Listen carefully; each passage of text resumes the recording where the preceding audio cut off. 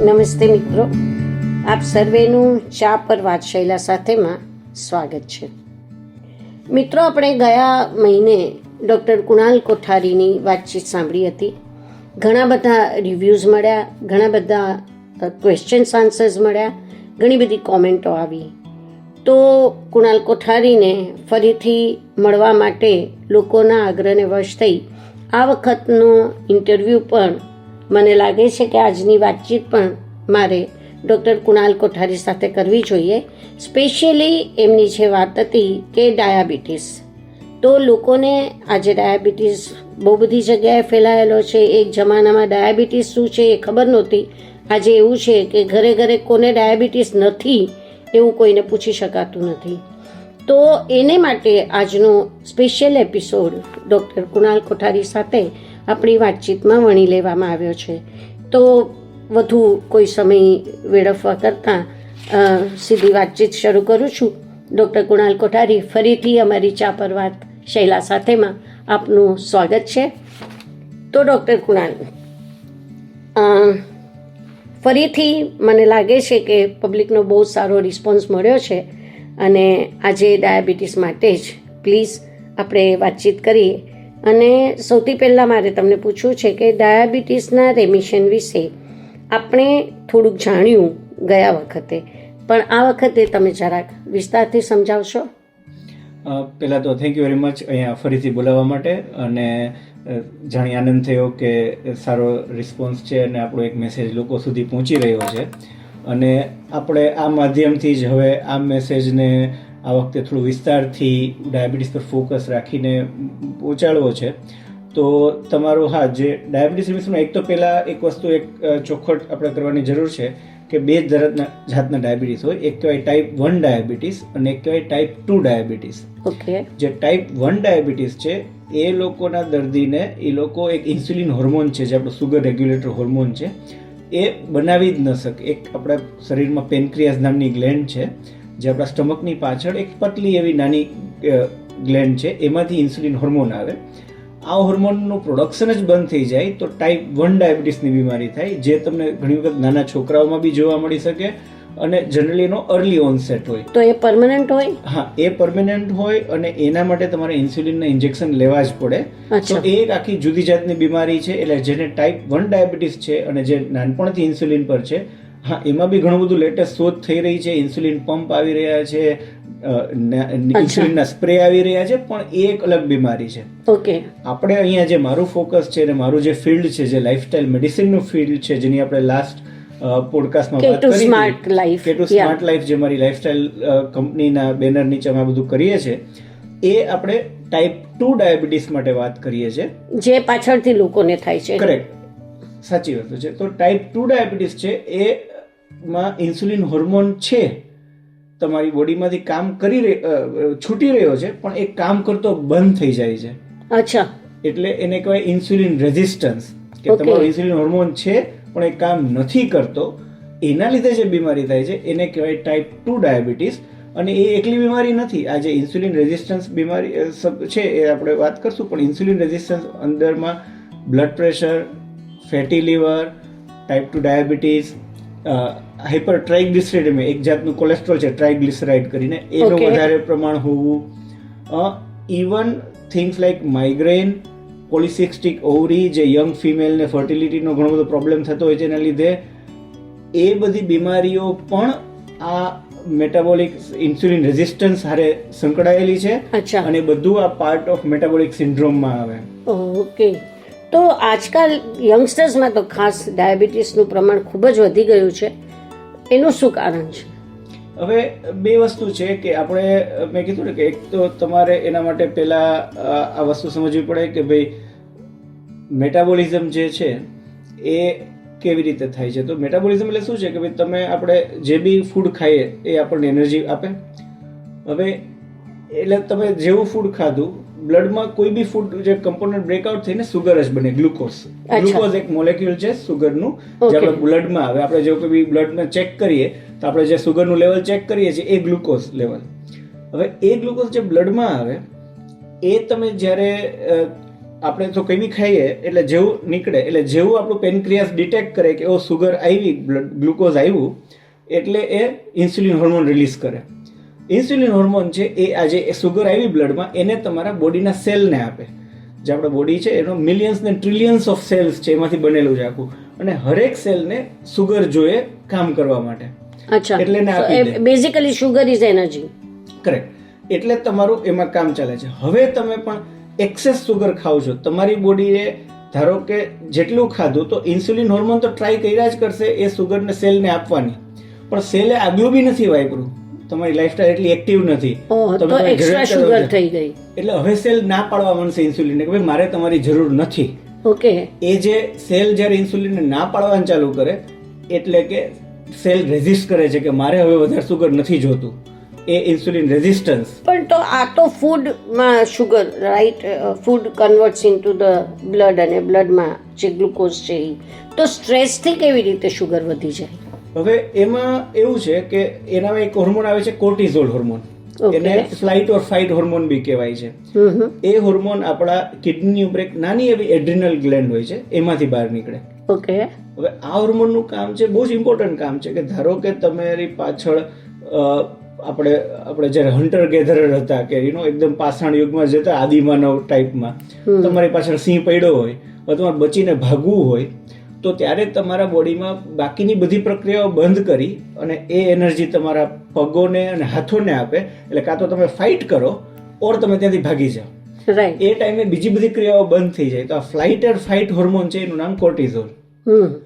હવે વસ્તુ શું થઈ છે કે આ મોડર્ન યુગમાં આપણે લોકોએ સ્ટ્રેસ એટલું બધું લઈ લીધું છે કે જે આ વસ્તુ કે સિંહ તો તમારી પાછળ આદિમાનવ હોય તો વર્ષમાં 2 વાર આવતો હશે, એની બદલે આપણે સવારથી ઉઠીએ ત્યારથી તમને કામ પર પાર્કિંગ મળશે કે નહીં, ટ્રાફિક તમને ક્લિયર મળશે કે ફસાઈ જશો, તમારા કોઈ સોશિયલ મીડિયા રીલનો કેટલા લાઈક થયા કે નહીં, કોઈના હોલિડેના ફોટો જોઈને તમને ચિંતા થાય, તમારા ઓફિસમાં કંઈક થાય, લોકો જે રીતે પૈસાનું મેનેજમેન્ટ છે, ફાઇનાન્સ છે, કે લોકો એક જાતની શું લાઈફસ્ટાઈલ, આપણે બધાને એક વસ્તુ જોઈએ છે પણ ઇન્કમ મેચ થાય છે બધાની, તો ઘણી બધી રીતે તમે સ્ટ્રેસ વધાર્યું છે.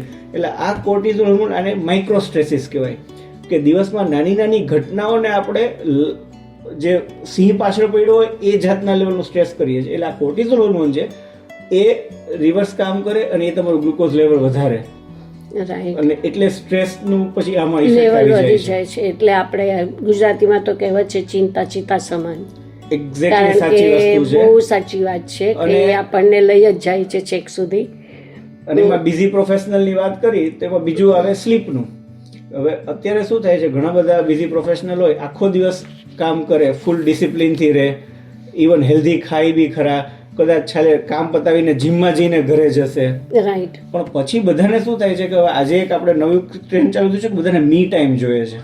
એક્ઝેક્ટલી. બધું કામ પતી ગયા પછી તમે છેલ્લે જ્યારે સૂવું જોઈએ ત્યારે મોબાઈલમાં રીલ ચેક કરો છો. એક્ઝેક્ટલી. એનું એકચ્યુઅલી નામ છે કે રિવેન્જ બેડ ટાઈમ પ્રોક્રાસ્ટિનેશન કહેવાય.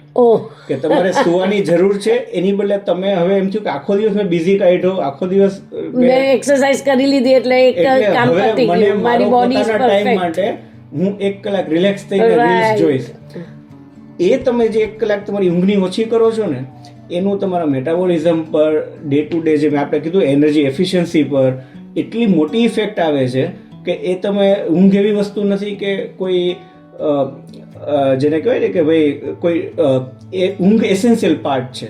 Right, it is needed, it is not a luxury. કે 7 થી 9 કલાકની સ્લીપ મળવી, એમાં ઘણા બધા રિસ્ટોરેશન કામ થતા હોય છે બ્રેનના.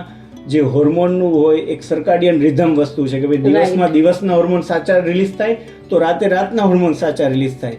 જ્યારે આપણે મેસ્ટઅપ લાઈફ કરીએ છીએ ત્યારે તમારા હોર્મોન્સ ચારે બાજુ ઓલા થઈ જાય છે અને એના લીધે તમારા ઇન્સ્યુલિન રેઝિસ્ટન્સ આવે છે. આપણી માનસિકતા એવી છે કે મેં આજે 1 કલાકની એક્સરસાઇઝ કરી લીધી એટલે હું કંઈ પણ ખાવા માટે, કંઈ પણ કરવા માટે હવે I am eligible for all this things, કે હવે મને કંઈ પ્રોબ્લેમ નથી. But that is a wrong concept altogether. સારું, આ વાત તમારી સાથે બહુ સરસ રીતે થઈ. તો ડાયાબિટીસ થતાં પહેલાં શું કાળજી લેવી જોઈએ? હવે કેવું છે કે આપણે એક પાછું એક એનર્જીની વાત કરું ને એક તમારો આગલા ક્વેશ્ચન જોડે લિંક બી કરું કે તમે આપણે કીધું કે આપણે આજુબાજુ બહુ જ ઇન્ડિયન કમ્યુનિટીમાં ડાયાબિટીસ એટલું બધું બહુ દેખાય જ છે. વધેલું છે. હવે એનું એક વન ઓફ ધ કારણ એવું છે કે આપણું થોડુંક જીનેટિક રિલેટેડ બી છે કે જ્યારે આપણામાં એક્સેસ, મેં તમને કીધું કે જે ફેટ સુગર જે ઇન્સ્યુલિન કરી છે સેલે ના પાડી દીધી, તો હવે એ સુગરનું શું થાય, એ સુગર ફેટમાં કન્વર્ટ થાય. પણ ફેટમાં બી એક બે અલગ જાતની ફેટ હોય. એક કહેવાય સબક્યુટેનસ, એટલે કે ચામડીની અંદર રહેલી ફેટ. રાઈટ. ઘણા બધા લોકો જે અહીંની તરફ કે હું યુકેમાં છું એની વ્હાઇટ પબ્લિક હોય, કોકેશિયન કહેવાય, એ લોકોનું જ્યારે એક્સ્ટ્રા ફેટ આવે ને એ ચરબી નીચે પડે. એ લોકોના હાથ પગ એકદમ મોટા હોય પણ છતાં બી એ લોકો આપણા કરતાં હેલ્ધી હોય ડાયાબિટીસ વગેરેમાં. અચ્છા. હવે એશિયન કમ્યુનિટીમાં એવું છે કે આપણે એક્સ્ટ્રા ફેટ સેલ નથી બનાવી શકતા, એટલે આપણા જે એક્ઝિસ્ટિંગ ફેટ સેલ હોય ને એ મોટા મોટા થતા જાય જેમ ફેટ તમે વધારે સ્ટોરેજ કરો. ઓકે. એ જે મોટા થતા ફેટ સેલ હોય ને એમાંથી અલગ અલગ જાતના ઇન્ફ્લેમેટરી માર્કર્સ રિલીઝ થાય અને જે તમને ઘણી બધી જાતની બીમારીઓ કરે. નોટ ઓનલી ડાયાબિટીસ, પણ જો ડાયાબિટીસના કોન્ટેક્સમાં છે તો એ આપણું એશિયનમાં, અને એના માટે કેવી રીતના ઓળખી શકો, તો આપણે ઘણા બધા લોકો લાગશે કે હાથ પગ એટલા જાડા નહીં હોય પણ એક નાની એવી ટમી નીકળેલી હશે. અચ્છા. જે ટમી નીકળેલી હોય અને આપણે તમને કેટલા બધા તમે જોઈ લો આપણા મેલ ફિમેલ અને યંગ એજથી, that is one of the sign કે આમને ઇન્સ્યુલિન રેઝિસ્ટન્સ છે અને આજે નહીં તો કાલે ડાયાબિટીસ આવશે જ જો આ લાઈફસ્ટાઈલ નહીં ચેન્જ કરીએ. અચ્છા, એવું છે. ઓહ, આપણને તો એમ થાય કે પતલા છે એટલે બહુ જ હેલ્ધી છે, પણ જો ટમી હોય ભેગી, પણ ટમી નીકળેલી હોય બહાર એટલે તમારું. હવે એવું કહેવાય છે કે દર 6 મહિને તમારે બ્લડ ચેકઅપ કરવું જોઈએ, તો ઘણા લોકો રેગ્યુલરલી કરાવતા હોય છે અને ઘણા નથી બિહેવ કરતા. તો એ લોકોને કેવી રીતે ખબર પડે કે મારું શુગર લેવલ વધી રહ્યું છે, કે જે લોકો નથી કરાવતા બ્લડ ટેસ્ટ? આ સોફ્ટ સાઇન મેં કીધી કે એક બીજું હોય છે આપણે સ્કિન ટેગ્સ, કે ઘણી વખત આપણે ગળામાં, આપણે આર્મપીટમાં ને એમાં એક સ્કિન ટેગ્સ જોવા મળે એક્સ્ટ્રા. તો એ બી કારણ કે ઇન્સ્યુલિન જો હોર્મોન એક્સેસ હોય ને એ ગ્રોથ હોર્મોનનું કામ કરે, એટલે એ જો સ્કિન ટેક્સ જેને વધારે હોય, ડેડ સ્કિન જેવું એક મસા જેવું બહાર આવે, મસોજ કહેવાય છે, મસોજ કહેવાય છે, જેને મસા વધારે હોય, એ બી સાઇન છે કે આ ઇન્સ્યુલિન રેઝિસ્ટન્સ છે, કે ક્યારેક ને ક્યારેક ડાયાબિટીસ, બ્લડ પ્રેશર, કોલેસ્ટ્રોલ તમને નોવાના છે. ઓકે. અને એક ત્રીજી વસ્તુ છે એકાન્થોસિસ નિગ્રિકન્સ કહેવાય, એટલે કાળા કલરની ડાર્ક સ્કિન નેકમાં, પાછળની બાજુમાં, ગ્રોઈનમાં એવી જગ્યાએ જોવા મળે તમને. અચ્છા. એ ડાર્ક સ્કિન હોય તો એ બી ઇન્સ્યુલિન રેઝિસ્ટન્સની સાઇન છે. ઓકે. તો આ બધામાંથી કાંઈ બી હશે તો તમારે ઇન્ડિકેશન છે કે ભાઈ તમારે જલ્દી બ્લડ ટેસ્ટ. એટલે રૂલ ઓફ થંબ એવો છે કે તમારી જે હાઇટ હોય ને એનાથી તમારી ટમી અડધી હોવી જોઈએ. તો તમારી હાઇટ જો 160 સેન્ટીમીટરની હોય તો 80 સેન્ટીમીટરથી ઉપર જો તમારી ટમીનો માપ હોય તો તમે આ ઇન્સ્યુલિન રેઝિસ્ટન્સના પાથ પર ચાલી નીકળ્યા છો. ઓકે. સો પણ આપણામાં શુગર વધારે હોય સમટાઈમ્સ, અને then also you feel sugar craving. તમને એમ થાય કે મારે કંઈક મીઠું ખાવું છે. સ્પેશિયલી મને તો જમ્યા પછી તરત જ એમ થાય કે એક કટકો તો ક્યાંકથી ગોતવો જ પડશે, અને આઈ હેવ ધ હેબિટ કે એક કટકો હું ક્યાંયથી બી મીઠાઈનો ખોજ શોધીને ખાઈ જ લઉં છું.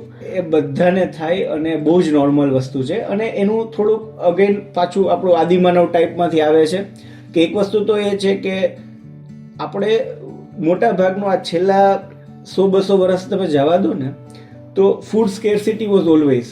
જે રીતે માણસ ડેવલપ થયા, મોસ્ટ ઓફ ધ ટાઈમમાં દુકાળ હોતા હતા, આઈસેજ હતી, કે ફૂડ તમને ક્યારે મળીની ગેરંટી નથી. એટલે આપણું બ્રેઇન એવી રીતે હાર્ડવાયર્ડ છે કે જ્યારે એનર્જી ડેન્સ, કે જેમાંથી બહુ જ બધી એનર્જી મળવાની છે એવું ફૂડ મળે તો એને આપણે ગમાડવું પડે. કે તમે આદિમાનવના ટાઈમમાં જો તમે હેલ્ધી ફૂડ પકડીને ન ખાવ તો તમને બીજી વાર ક્યારે ફૂડ મળશે એ ખબર નથી. પણ એ જ હાર્ડવાયરિંગ અત્યારે આપણને નડી રહ્યું છે, કારણ કે આપણને સુગર એ ભાવે છે કારણ કે એમાંથી બહુ જ બધી એનર્જી મળે છે. રાઈટ. અને ક્રેવિંગનું સ્પેસિફિક વસ્તુ એવી છે કે આપણા બોડીની એક પ્રોટીનની રિક્વાયરમેન્ટ છે એવરી ડે, એક તમારી ફાઈબરની રિક્વાયરમેન્ટ છે, એક તમારી ગ્રીન વેજીટેબલ્સમાં આવતા ન્યુટ્રિયન્ટની રિક્વાયરમેન્ટ છે. જો એ રિક્વાયરમેન્ટ તમે પૂરી નહીં કરો તો તમને બોડી ક્રેવિંગ આપતી જ રહેશે, ઇન ધ હોપ કે તમે કંઈક હેલ્ધી ખાશો. રાઈટ. પણ આપણે પછી વિશિયસ સાયકલમાં એમાં બી આપણે અનહેલ્ધી જંક ફૂડ ખાતા રહીએ તો એ સાયકલ પછી બ્રેક નથી થતી. રાઈટ. અને ઘણા લોકો શુગરના ઓલ્ટરનેટિવ્સ વાપરતા હોય છે, તો એ માર્કેટિંગ છે કે ખરેખર એનાથી કંઈ ફરક પડે છે? લાઈક આર્ટિફિશિયલ સ્વીટનર વાપરતા હોય ઘણા, ચામાં પણ હવે ગોળ નાખતા થઈ ગયા છે, સો એનાથી ફરક પડતો હોય છે? બહુ સારો તમે આ ક્વેશ્ચન પૂછ્યો ને, બહુ કોમન મિથ છે. અને મારે એટલા બધા પેશન્ટ્સ એવી રીતે આવે છે કે જે લોકો કે ભાઈ હા મને મોળી ચા નથી ભાવતી એટલે હવે એનીમાં હની નાખીએ છીએ, ગોળ નાખીએ છીએ. તો એક વસ્તુ સમજવાની છે કે ભાઈ જે સુગરની વાત આપણે કરીએ છીએ જેનાથી ટાઈપ 2 ડાયાબિટીસને પ્રોબ્લેમ થાય છે, એ કમ્પોનન્ટ આપણી વ્હાઇટ ટેબલ સુગર જે કહેવાય કે ગોળ કહેવાય કે ખજૂર કહેવાય કે મધ કહેવાય, એ બધામાં સેમ જ છે. એટલે જ્યાં સુધી તમારા વેઇટ લોસની વાત આવે કે ટાઈપ 2 ડાયાબિટીસની આવે, એમાં કોઈ જ ફરક નથી. હા, ગોળમાં કે ખજૂરમાં કે તમે નેચરલ વસ્તુ છે તેમાં થોડુંક ફાઈબર વધારે હોય, થોડુંક આયર્ન વધારે હોય, થોડાક માઇક્રોન્યુટ્રિયન્ટ વધારે હોય, પણ એ તમારો જો ડાયાબિટીસ હોય તો તમને એનાથી કોઈ જ ફરક નથી પડવાનો, કારણ કે તમારી સુગર તો એમાં એટલી જ છે જેટલી વ્હાઇટ સુગરમાં હોવાની હતી. એટલે અવોઇડ ના કરી શકો. તમારે સુગર ખાવાની જ હોય. એટલે સ્વીટનર શું છે? What is artificial sweetener? ખાંડ નથી તો આઈ મીન શુગર નથી તો શું છે? આર્ટિફિશિયલ સ્વીટનરમાં એ રીતે ઓન પેપર કેલરી કે સુગર નથી આવતી, એ ખાલી સ્વીટ ટેસ્ટ આપે છે. તો ઓન પેપર ડાયાબિટીસમાં તરત તમને સુગર વધારો નહીં જોવા મળે. એટલે ધારો કે જેમાંથી ડાયટ કોક બનેલી હોય છે, જેમાંથી ઝીરો આપણે બધી પેપ્સી ના બધું સુગર અલ્ટરનેટિવ બિસ્કિટ્સ નીકળ્યા છે, તમને લાગે બધું માર્કેટિંગ છે. પણ એ વસ્તુ શું છે કે એનું નામમાં જ છે કે આર્ટિફિશિયલ. અને મારું જે સ્માર્ટનો મેં લાસ્ટ ટાઈમ કીધું તો આર છે એ રિયલ ફૂડનો છે. તો આર્ટિફિશિયલ વસ્તુ એવી છે કે તમારા બોડીમાં આપણામાં એક માઇક્રોબાયોમ કહેવાય, ગટમાં હેલ્ધી બેક્ટેરિયા હોય, એનું કામ આપણને ડાયજેસ્શન કરવાનું, આપણું વિટામિન એબ્સોર્બ કરવાનું હોય. જ્યારે આપણે આર્ટિફિશિયલ સ્વીટનરવાળું ફૂડ નાખીએ છીએ એમાં ડાયટ કોક છે આ તે, તો એને બહુ જ હાનિ પહોંચાડે છે. એટલે તમારું ઓન પેપર સુગર ના વધે પણ એનાથી તમને ભૂખ તો લાગશે જ, તમારી ક્રેવિંગ બંધ નહીં થાય, અને તમને બીજી ઘણી બધી જાતના પાચનના અને આ ગટ હેલ્થ રિલેટેડના ઇશ્યુ થશે એના લીધે. એટલે એના કરતા બેટર બેલેન્સ્ડ શુગર ખાવી. કોઈ બી માણસ સુગર જો તમને ચામાં કે બંધ કરવાની કે, એક વાત સમજવાની છે, આપણું બોડી કોન્સ્ટન્ટલી રીફર્બિશ થતું હોય. રાઈટ. તમારા ટંગમાં આજે જે મને સુગરની આદત હોય, હું 3 વીક છોડી દઉં ને તો મને 3 વીક ચા નહીં ભાવે, ફીકી લાગશે. પણ 3 વીકમાં મને નવા સેલ્સ આવી જશે. રાઈટ. અને એ નવા સેલ આવી જશે પછી મને એ જ ચા એટલી સારી લાગશે. રાઈટ. બીજું ડૉક્ટર કુણાલ, ખાસ મેં જોયું છે કે જેને ડાયાબિટીસ હાઈ લેવલ હોય છે એ લોકોને ઘણી વખત શુગર લો થઈ જાય છે. હવે એનું શું કારણ? કે ડાયાબિટીસમાં હાયર શુગરનું ધ્યાન રાખવું કે સમટાઈમ્સ ઇટ ગોઝ વેરી લો તો તમે બેભાન અવસ્થા જેવા થઈ જાઓ, એ સમજાતું નથી. એ મેઇનલી એ ટ્રીટમેન્ટ પર આધાર છે કે જો કોઈ ઇન્સ્યુલિન હોર્મોન ટાઈપની ટ્રીટમેન્ટમાં હોય તો તમને લો સુગરનો ખતરો રહે છે. પછી તમે આ જે ગ્લિક્લાઝાઇડ ટાઈપની દવા હોય છે કે ગ્લિમિપ્રાઇડ હોય છે, જે ઇન્ડિયામાં બહુ જ પોપ્યુલર છે, એ ઘણી હેવી ડાયાબિટીસની દવા છે. અને ઘણી વખત એ દવા જ્યારે જો રેગ્યુલર મીલ ના આવે તો તમારે એટલે તમે ઘણી વખત બહુ લાંબો ટાઈમ ભૂખ્યા રહો, તમને ડાયાબિટીસ હોય તો એને લીધે લો શુગર થઈ શકે. જો તમે આ અમુક જાતની દવાઓ પર હોય તો, જો ડાયાબિટીસનો દર્દી કોઈ દવા પર ન હોય કે ખાલી મેટફોર્મિન પર હોય તો એને એટલું લો સુગર થવાના ચાન્સ નથી. એટલે તમારી ટ્રીટમેન્ટમાં શું છે, અને એટલા માટે જ જો તમે ડાયાબિટીસ ના હોય ને સ્પેશિયલી જો તમે આ બધી ઇન્સ્યુલિન હોર્મોન પર હોય કે તમે ગ્લિક્લાઝાઇડ ગ્લિમિપ્રાઇડ ટાઈપની દવા પર હોય કે બીજા હવે નવા ઇન્જેક્ટેબલ ને વેઇટ લોસ ઇન્જેક્શન્સ આવ્યા છે એના પર હોય ને તમે જો લાઇફસ્ટાઇલનો કોઈ મેજર ચેન્જ કરો તો તમારે તમારા ડૉક્ટરને કન્સલ્ટ કરીને કરવું પડે, કારણ કે નહીંતર તમને આ સુગર ઓછી થઈ જવાનો ખતરો રહેતો હોય છે. રાઈટ. તો આ ડાયાબિટીસના પેશન્ટોએ અમુક કલાકો પછી થોડુંક ખાવું જોઈએ કે એવું કંઈ તમે સજેસ્ટ કરો કે અમુક કલાક બહુ લાંબો ટાઈમ ભૂખ્યું નહીં રહેવાનું કે એવું હોઈ શકે? ના, એ ઘણી બધી જગ્યાએ માન્યતા હોય છે કે ડાયાબિટીસના દર્દીને વારંવાર ખાવાની જરૂર હોય છે, પણ એવું કોઈ નોર્મલ માણસ હોય કે ડાયાબિટીસના ઓલા હોય દર્દી, એને કોઈ જ ફરક નથી હોતો. અચ્છા. તમે કઈ જાતની દવા પર છે એના પર હોય છે. બાકી રાધર તમે આપણે જો ઇન્સ્યુલિન હોર્મોનની વાત કરતા હતા કે જો તમે વારંવાર ખાતા રહેશો તો વારંવાર ઇન્સ્યુલિન હોર્મોન રિલીઝ થતો રહેશે અને એમાં તમને એકચ્યુઅલી વધારે નુકસાન જઈ શકે છે.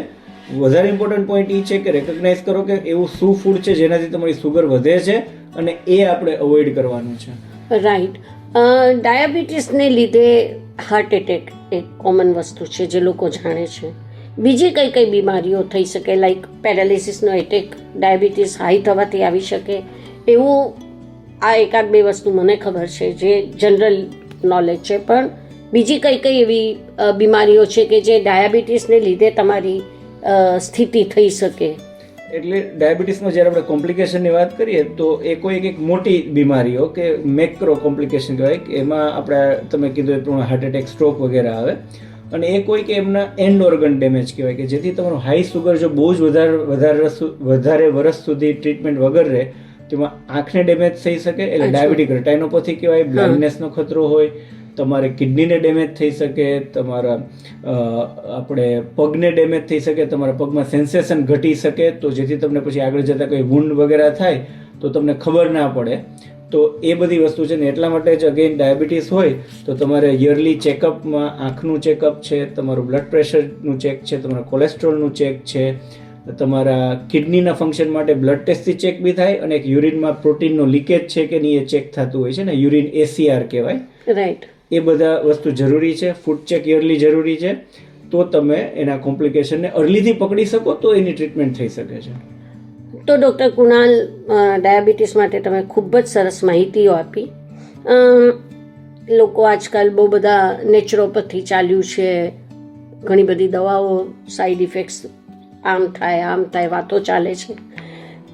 એક લાઈફસ્ટાઈલને મેન્ટેન કરવી બહુ જ અઘરી થઈ જાય છે. ઘણી વખત મહિનાઓ સુધી નેચરોપેથીમાં 1 મહિનો જઈને આવીએ અને આપણને એમ થાય કે વાહ, હવે તો આપણે એકદમ હેલ્ધી થઈ ગયા, પણ થોડા દિવસમાં એ હેબિટ્સ બદલાઈ જાય છે. તો એને માટે તમારે શું કહેવું છે?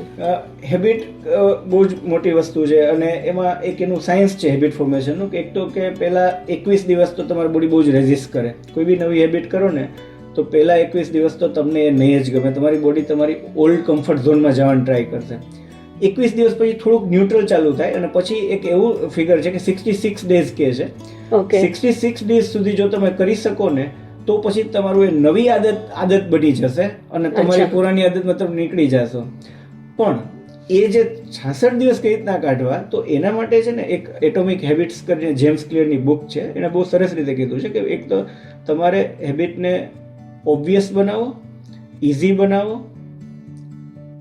રિવોર્ડિંગ બનાવો. તો શું થાય છે કે ઓબ્વિયસ એટલે તમારે કે ધારો કે તમને ખબર છે કે ભાઈ સવારે ઉઠીને મારી આદત છે ચા મૂકું, તો એની જ જોડે તમે સ્ટ્રેચિંગની એક્સરસાઇઝ કરી લો અને તમારું એ જ રૂટીન બનાવી લો. તમારે એના માટે સ્પેશિયલ યાદ કરવાની જરૂર નથી. તમારી એક આદત ઓલરેડી છે જ, તો એની જોડે જ તમે એક આદત જોઈન્ટ કરી શકીએ. ઓકે. સ્ટ્રેચિંગ એટલે તમે શું કહેવા માંગો છો? કે આપણે બોડીને મૂવમેન્ટ કરીએ, આપણે એક્ટિવેટ કરીએ, એટલે થોડી આપણે ડ્રીલ જેવી એક્સરસાઇઝ શરૂ કરી લઈએ. રાઈટ. સ્ક્વોટ કરો કે તમે થોડાક જે તમારા લેવલ પર પ્રમાણે ઉઠક બેઠક આપણે કરો, કે તમે પુશઅપ કરો, પુલઅપ કરો, જે નોર્મલ એક્સરસાઇઝ, થોડા હાથ પગને ચલાવવાની, એટલું તો તમારી આદત પડી ગઈ. અને ઇઝીમાં કેવું છે કે તમારે હવે આપણે શું છે, આપણે વાત થતી સુગર વખતે કે આપણું હાર્ડવાયર છે કે આપણને ઇઝી વસ્તુઓ જોઈએ છે. તમે એના બેનિફિટ માટે લઈ શકો છો કે જો તમે તમારા આંખ સામે બિસ્કિટનો ડબ્બો રાખશો તો તમે ભૂખ લાગશે ત્યારે બિસ્કિટ ખોલીને ખાશો. એની બદલે તમે જો ફ્રૂટ્સ રાખશો તો તમે ફ્રૂટ્સ ખોલીને ખાશો. રાઈટ. તો તમે જે વસ્તુ છે કે તમારો એઇમ છે કે તમારે સવારે ઉઠીને ચાલવા જવું છે, તમારે વોકિંગ શૂઝ છે, તમે માળિયા પર રાખશો તો તમે ક્યારે કાઢશો ને ક્યારે જશો ત્યાં સુધી સામે રાખીએ તો ઓટોમેટિક એ પહેલેથી બહાર કાઢીને રાખો તો તમને એન્કરેજ થશે જોઈને જ. તમે એવી રીતે કરો અને રિવોર્ડિંગ બનાવો કે તમને ઘણી વખત આપણે બધા માણસ સોશિયલ એનિમલ છે, આપણને એકબીજા જોડે વાતો કરવી ગમે છે, તો તમે આપણે એકબીજાને મળીને સમોસા પાર્ટી બી કરી શકીએ છીએ, અથવા આપણે બધા ભેગા ચાલવા જઈએ તો આપણને એકબીજાને મળવાનો આનંદ છે ને. આ જ વસ્તુ આપણે વોકિંગમાં કન્વર્ટ કરી નાખીએ તો આપણું વોકિંગ બી થઈ જશે, એકબીજાની વાતો બી થઈ જશે, તો આ રિવોર્ડિંગ થઈ ગઈ. હમણાં એક નવી દવા આવી છે કે સમથિંગ ડાયાબિટીસના લોકો માટે, કે સ્પેશિયલી એમનું વજન ઉતારે ને, આઈ થિંક હું નામ ભૂલી ગઈ છું, એમ પરથી સમથિંગ મોન્જારો કરીને ઇન્જેક્શન છે, મોન્જારો અને ઓઝેમ્પિક છે. How helpful it is? A helpful છે. અમે સાચા દર્દીને સાચા ટાઈમે આપવાથી નથી ઘણો બધો ફાયદો થાય છે, પણ એ આખું પ્રોબ્લી એના માટે એક અલગ પોડકાસ્ટ આપણે કરવું પડે એનું સમજવા માટે કે એના ઘણા બધા એક તો રિલેટિવલી માર્કેટમાં નવી છે એટલે આપણે લોંગ ટર્મ ઇફેક્ટ ખબર નથી. રાઈટ. અને એ બધી દવા તમારું ભૂખ ઓછી કરે, મેઇનલી એનું વજન એ રીતે ઘટે છે કે તમારી ભૂખ ઘટાડે છે. પણ જો પછી ઘટાડેલી ભૂખમાં તમે હેલ્ધી ખોરાક શું છે એ સમજીને નહીં ખાઓ તો તમારું બોડી ઓર વીક થઈ જશે. હા, કારણ કે તમે પ્રોટીન ને બધું ના લો, વિટામિન્સ ઓછા થઈ જાય તો અલ્ટિમેટલી યુ આર તમારી જાતને તમે પ્રોબ્લેમમાં નાખો. મેં હમણાં જ એક દર્દી જોયો મારે કે ભાઈ એણે 6 કિલો વજન ઘટાડી દીધું ઇન્જેક્શન થી પહેલા જ મહિનામાં, પણ લાસ્ટ વીકનું ફૂડ પૂછ્યું તો મેં 3 વખત મેકડોનાલ્ડ ખાધું છે. ઓહ, હવે એ લોકો ઇન્જેક્શન લે છે લાયસન્સ ટુ ઇટ અનહેલ્ધી, તો એ લોકોને આગળ જતા તકલીફ પડશે, કારણ કે તમારું બોડી અંદરથી ખોખલું થઈ જશે. અને then we say કે there is a side effects of it. એટલે જો તમે આ ઇન્જેક્શન લેવાનો હોય તો એની જોડે તમારે એક લાઇફસ્ટાઇલ અને બિહેવિયર ચેન્જ પ્રોગ્રામ જોડે કરવો પડે, કે ભાઈ તમે ભેગા મસલ તમારી સ્ટ્રેન્થ કઈ રીતના બરકરાર રાખશો, તમારે ઓર વધારે એક્સરસાઇઝ સ્ટ્રેન્થ કરવી પડે, તમારે ઓર વધારે પ્રોટીન પર કોન્સન્ટ્રેટ ડાયટમાં કરવું પડે, સમજવું પડે ફૂડના કમ્પોનન્ટ. અને મે બી આપણે એક પોડકાસ્ટ કરશું આ બધા ફૂડના કમ્પોનન્ટની વાત કરવા માટે, આપણા નોર્મલ ફૂડમાંથી કેવી રીતે. મને લાગે છે ડૉક્ટર કુણાલ તમારી પાસેથી મને બહુ બધું જાણવું છે, અને ગયા વખતે પણ એટલી જ કોમેન્ટ આવીને હજી તમારે ફૂડ કોમ્પોનન્ટ્સનું કેવું છે. આપણે ડેફિનેટલી આગળ બી તમારા 1-2 એપિસોડ લેશું જ, 100% લેશું. ડાયાબિટીસ માટે તમારી ચર્ચા મને લાગે છે આપણે ઘણું બધું કવર કર્યું છે, તેમ છતાં બી લોકોના ક્વેશ્ચન્સ આવશે તો હું તમને ફોરવર્ડ કરીશ, તો તમે એમના જવાબ પ્લીઝ આપશો. તો મિત્રો, ઘણી બધી વાતો આજે ડાયાબિટીસ માટે આપણને જાણવા મળી. ડૉક્ટર કુણાલ કોઠારી યુકેમાં રહેતા અને બહુ જ આગળ પડતા ફેમસ ડૉક્ટર છે. વર્ષોથી 20-22 વર્ષથી તેઓ પ્રેક્ટિસમાં છે, અને ડાયાબિટીસ સ્પેશિયલમાં એમણે ખૂબ જ રિસર્ચ કરેલું છે.